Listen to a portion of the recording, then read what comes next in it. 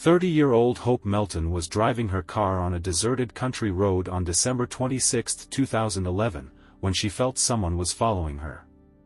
In a panic, she called her grandmother to report the danger, but suddenly the connection was cut off, not allowing her to provide more details. This mysterious case of a young woman's disappearance soon fell into the hands of the local police. To search for clues, investigators resorted to analyzing footage from surveillance cameras, which allowed them to identify a suspect. However, the unprofessionalism of one of the law enforcement officials later significantly affected the course of the investigation and its outcome. Hope and Harry Melton had been married for just over a year. They seemed like a happy couple who dreamed of expanding their family. But fate decreed otherwise. That Christmas of 2011 became their last holiday together.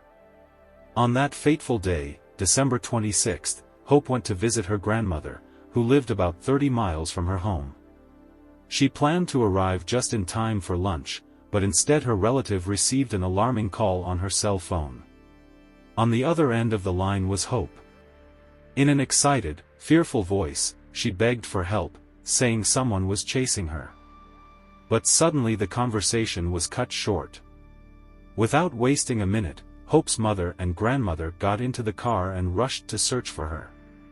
Driving along a long stretch of a dirt road, they saw Hope's car left on the side of the road. But there was no trace of the girl herself. The grandmother immediately called 911. When the call came into the county sheriff's office, it was classified as a missing person report and passed on to one of the police officers. In such cases, it is extremely important to act quickly, so the deputy sheriff immediately headed to the specified location. The first thing he did was thoroughly inspect Hope's car. No signs of damage or breakdown that could indicate an accident were found. The vehicle was in fully working condition. Hope's purse was left in the car, but her wallet was gone without a trace. A team of forensic experts conducted a thorough inspection of the vehicle in search of clues to the missing woman's possible whereabouts, but to no avail. Meanwhile, volunteers, along with police officers, combed the surrounding area, hoping to stumble upon some evidence. Harry, Hope's husband, also arrived at the scene. Stunned and crazed with grief, he told investigators that his wife had mentioned her intention to stop by a gas station on the way to her grandmother's. At that point, it was the only lead the detectives had. The distance from Hope's house to her grandmother's was about 50 kilometers. There were 4 gas stations along this route. The detective decided to check each one in turn. The first gas station visited by the investigator in the Hope Melton disappearance case was equipped with surveillance cameras. Viewing the footage, he hoped to spot the missing woman. Her husband claimed that Hope had left home around 11:45. It was this time that the detective took as a starting point when studying the video. Various people flashed across the screen that day, but Hope was not among them. The investigator viewed the recordings up until the moment that corresponded to the time of her call to her grandmother, but he never saw the girl. This led him to think that she had probably refueled at some other gas station. Hope's family was in shock.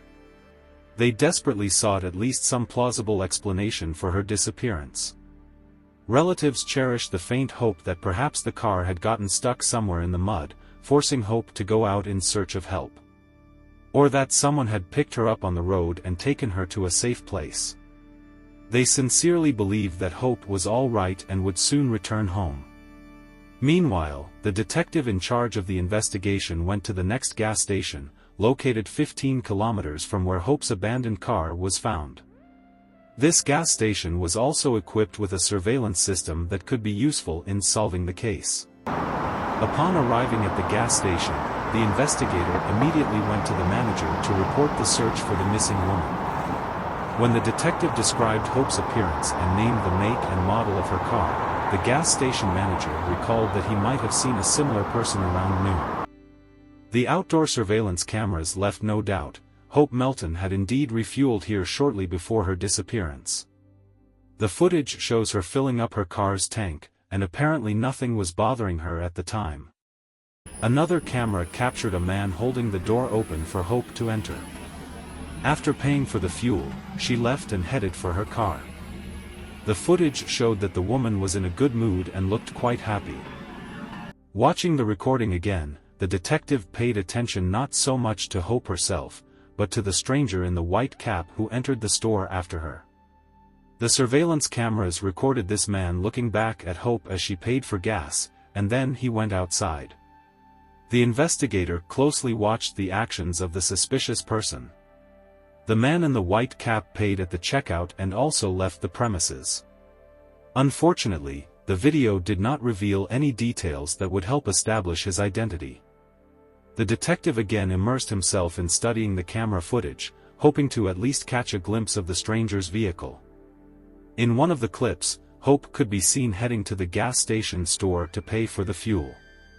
At that very moment, a dark minivan drove into the parking lot, and a man in a white cap got out. Unfortunately, the license plate of his car remained out of frame. Switching to the external surveillance camera, the investigator saw Hope getting into her car and driving away. At the same time, a gray sedan arrived at the gas station. A man got out of it and looked after Hope's departing car. However, neither this driver nor the man in the white cap dared to openly pursue Ms. Melton. The detective kept rewinding the footage over and over, trying not to miss a single, even the smallest detail. He was convinced that somewhere in these frames lay the key to the puzzle, and it only remained to find it. The experienced investigator's intuition did not fail him. Rewinding the recording to the moment when Hope was approaching her car, he noticed another vehicle that came into the camera's view. It was an orange Chevrolet. After driving through the parking lot, it turned around and headed for the exit. But as soon as Hope's car started moving, something unexpected happened. The bright orange car suddenly turned and followed her. The detective assumed that this was the car that had been following Ms. Melton shortly before her disappearance. Now, with irrefutable evidence that Hope had been followed from the gas station itself, the police urgently needed to find out what happened next. Meanwhile, disturbing news came from the search party. 10 kilometers from where Hope's abandoned car was found, volunteers came across a bloodied blade and a pink bracelet. The missing woman's husband recognized the jewelry. It was his Christmas gift to his wife. The terrible find made everyone seriously fear for Hope's life. Having made sure, thanks to the surveillance footage, that the orange car had indeed followed Hope from the gas station, the detective decided to make sure that it was not just a coincidence. On her way to her grandmother's house, Ms. Melton was bound to pass an office building whose facade was dotted with cameras. The investigator immediately went there, but the building turned out to be closed due to the holiday. It took some time to find the manager who had the keys and was familiar with the video surveillance system. The building was equipped with numerous cameras covering the parking lot and the road that Hope was to take to get to her grandmother's house. The detective's main task was to establish whether the orange car had followed her or turned elsewhere. Viewing the recordings made shortly after noon, the investigator saw Hope's car appear on the screen at 12:06. And 2 seconds later, the familiar orange car, spotted earlier at the gas station, flashed in the lens. The footage clearly captured the orange Chevrolet moving dangerously close to Hope's vehicle, just a few meters behind it. Both vehicles were heading in the direction of where Ms. Melton's abandoned car was later found. Although the quality of the video did not allow the license plates to be seen, the car's distinctive color and model gave the police sufficient grounds to put it on the wanted list. About 2 hours passed before law enforcement officers were able to stop this bright orange car on one of the streets of Jefferson, South Carolina. Behind the wheel was a 23-year-old local resident named Nicholas Miller. There was no one else in the car besides him. Miller looked extremely nervous when the police stopped his car. It was quite likely that he had something to hide, so law enforcement officers took the suspect to the station for further questioning by the detective. Miller gave evasive answers to all of the investigators' questions. When asked to tell in detail how he spent that day, what he was doing and where exactly he was, the suspect said that in the morning he had gone shopping at a Walmart store located in a neighboring town, about 50 kilometers from Jefferson. After that, according to him, he immediately returned back. Having obtained a warrant to search Miller's car, the police sent the detective in charge of investigating Hope Melton's disappearance to the Walmart he had mentioned to check his testimony. Fortunately, the store had quite a few surveillance cameras that recorded everything that was happening in the sales area around the clock. Law enforcement officials were extremely pleased that they were able to access these recordings, as they allowed them to confirm Nicholas Miller's story. Video evidence showed that around 10 a.m. his orange Chevrolet had indeed entered the supermarket parking lot. When the driver got out of the car, the detective recognized him as Miller. At least this part of his story turned out to be true. At first glance, Miller's behavior in the store did not differ from that of hundreds of other visitors, and nothing suspicious or unusual was happening. It is noteworthy that he did not even take a shopping cart or basket with him. However, continuing to study the recordings more closely, the detective realized that he had made a mistake. Miller was not at all like an ordinary shopper. At first it might have seemed that he was just aimlessly wandering between the aisles, not at all interested in the goods displayed on the shelves. But what if he had come to Walmart with completely different intentions? At some point, the investigator noticed that Miller's movements around the sales floor were not chaotic. In fact, he was relentlessly following a blonde woman who was obviously unaware of this and was calmly going about her business. After carefully reviewing the footage again, the detective became fully convinced of the correctness of his guesses. Wherever this lady went, Miller invariably kept close to her. However, a moment later, the woman again appeared on the screen, but this time not alone, but accompanied by a man. It is quite possible that this circumstance forced Miller to abandon his plan, realizing that the victim was now out of reach for him.